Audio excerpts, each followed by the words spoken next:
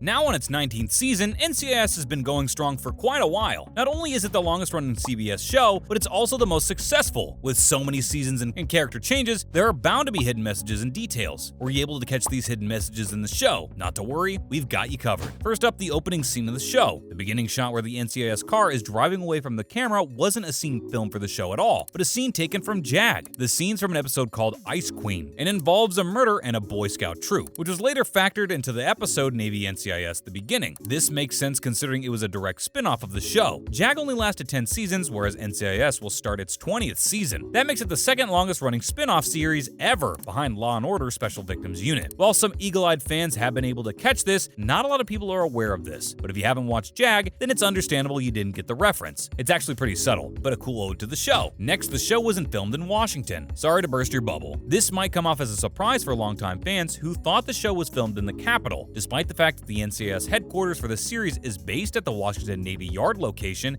it's filmed in Valencia, California. Though the region in Santa Clarita is picturesque, it doesn't exactly capture the historical beauty of Washington, D.C. There are ways the series gets around this, most often by having agents respond to cases in Norfolk and other parts of Virginia. This doesn't make a lot of sense, as the headquarters would still be hours away from these locations, and you'd think the showrunners would update it to the new NCIS location, the Marine Corps base in Quantico, Virginia. But nonetheless, we'll see the actual headquarters through the window in the recoil from the 5th season. If you pay close attention, you'll see it. Now for the Most Wanted board. We're not sure if you noticed anything strange about the Most Wanted board in the show. We also had to watch very closely to realize a couple of things. As a character walks into the NCIS headquarters, they often pass the NCIS Most Wanted board. In fact, most key scenes happen in front of it, from DiNazzo giving McGee a bad time to Gibbs giving DiNazzo one of his famous stare downs. It's easy to get distracted from paying attention to the board, but sometimes it's worth taking a second look. Each season, the faces on the board change, updated constantly with new criminals. Some of these faces are fictional, but some of them are real, and you'll see their apprehension reflected on the board. For instance, Osama bin Laden was pictured with a red line on this photo after his death. The real-life producer of the show, Donald P. Belisario, however, is still at large. It's kinda interesting, but it's kind of like those escape room puzzles or those video games where you have to find the missing objects. All you need to do is look closely, and you'll even find some interesting clues about the show. That's how we found a few hidden messages. Now onto the foof sound. Who doesn't remember this weird sound? The foof in NCIS is one of the most distinct aspects of it. It's the concept that separates NCIS from other crime procedurals by including a black and white preview before each act of an episode. Usually there are 4 or 5 foofs per episode, a practice that began in season 2 of the series. The sound of the foof that is most distinct for appearing at the opening of NCIS and at its conclusion was created by Don Belisario, the show's creator and showrunner. He wanted something memorable to stick in viewers' minds, much like the dun-dun of Dick Wolf's Law & Order shows. So he went into the recording studio and made up a unique sound. Next, it's a family show. Several members of the cast and crew's real family appear on NCIS, and some even play the same family members of the characters they're related to in real life. One of Don Belisario's sons, Michael Belisario, played Chip Sterling, and one of his daughters played McGee's sister. She's really McGee's stepsister in real life, as Don Belisario is the stepfather of Sean Murray, the actor who plays McGee. In flashbacks of young Jethro Gibbs, he's played by Mark Harmon's actual son, Sean Harmon. Gibbs' love interest in season 1 and 2 was played by Vivienne Belisario, Donald Belisario's wife and Sean Murray's mom. In a similar way, when Abby is staring at a locker of her mother, a picture of actress Polly Perrette's mother is actually used. It's actually pretty interesting. Did you catch all these actors and actresses? Now for Tony's family history. There's no shortage of news comparing Michael Weatherly to Tony DiNazzo, the Playboy field agent he plays in NCIS. From his flirtatious personality to his alleged lustful behavior with women, there's a lot to suggest that the two raconteurs would enjoy a fun night together if they ever cross paths. But there's one similarity that's much more impactful. In the series, it's revealed that DiNazzo's father cut him out of the family fortune, causing a rift between him and his son. This was inspired by Michael Weatherly's real-life relationship with his father, who cut him out of the millions of dollars he made importing Swiss Army knives when Weatherly revealed he wanted to become an actor. But guess who got the last laugh now? The actor has garnered a huge fan following for his exceptional talent and acting skills. He also made quite a lot of money for himself, so guess it was all worth it, huh? We hope he continues his endeavors. Next up, a potential podcast. In the recent episode of NCIS, the guests of a baby shower were sprayed with pieces of dead body after a plane failed to write boy or girl in the sky. It was soon revealed the bones belonged to Emily Radner, who had been missing for 5 months. Her disappearance was also the topic of Jessica Knight, played by Katrina Law, and Casey Hines, Diona Reasonover, favorite podcast, Desperately Seeking Emma. The two had bonded over spending Friday nights together, drinking wine and listening to the episodes. Since her death, Emily's husband Sam, Mike Irwin, had been suspected. However, without a body, he was able to avoid arrest. As he was investigated, Knight tried to separate the podcast podcast from the real case, though she admitted to being a fan, as she believed Sam, who maintained innocence, deserved a fair trial. Later on in the episode, Torres became obsessed with podcasts. Then he and Casey had a go at starting their own show as they sat with mics. As a result, fans took to social media as they were convinced this hinted at the show potentially coming out with their own official podcast. What do y'all think? Do you think we'll get a podcast or not? We've got our fingers crossed. Now we have Gibbs references to Harmon. Mark Harmon plays Special Agent Leroy Jethro Gibbs, the no-nonsense leader of the NCIS team in Washington. Harmon was everywhere in the 80s and 90s, and the series frequently has references to his former projects. In the episode Chain, Gibbs keeps getting calls about a VW bug for sale. Exasperated, he asks the caller, "Do I look like someone who would drive a bug?" This references the time he played serial killer Ted Bundy in The Deliberate Stranger. In Blowback, Gibbs is trying to solve a crossword puzzle. He asks Agent Donazo if he knows the name of a TV drama that only has 8 letters. Tony responds with St. Elsewhere, a reference to the series Harmon starred in as Dr. Bobby Caldwell from 1983 to 1986. And now Polly Perrette is a real-life forensic expert. Now here's something you probably didn't expect. As a lovable and stylish forensic scientist, Abby Sciuto, for 15 seasons, Polly Perrette got to put her real-life forensic experience to the test, with a bachelor's degree in psychology from Valdosta State University in Georgia and a degree in criminal science from the John Jay College of Criminal Justice in New York. She had the appropriate background to give her character real authenticity. Finally, the Donazo slap was real. Here's another shocking thing. Michael Weatherly was recently single when he started playing Tony Donazo on NCIS. At 31, he separated from his former fiancée, Jessica Alba, and had developed a reputation as a ladies' man on set. Supposedly, during the filming for an episode, he was chatting up a young female extra, and apparently co-star Mark Harmon didn't take too kindly to what was happening and stepped over to where the two were talking. He hit Weatherly on the back of the head, which the producers liked so much they kept it in the scene. Later on, it would become a defining aspect of Gibbs and Tony's relationship, appearing throughout the series whenever Tony said something Gibbs found offensive. That's a wrap for this video. Who is your favorite character from the show? Leave a comment below and let us know what you think. Please give this video a thumbs up and subscribe to our channel for more videos like this. See you in the next one.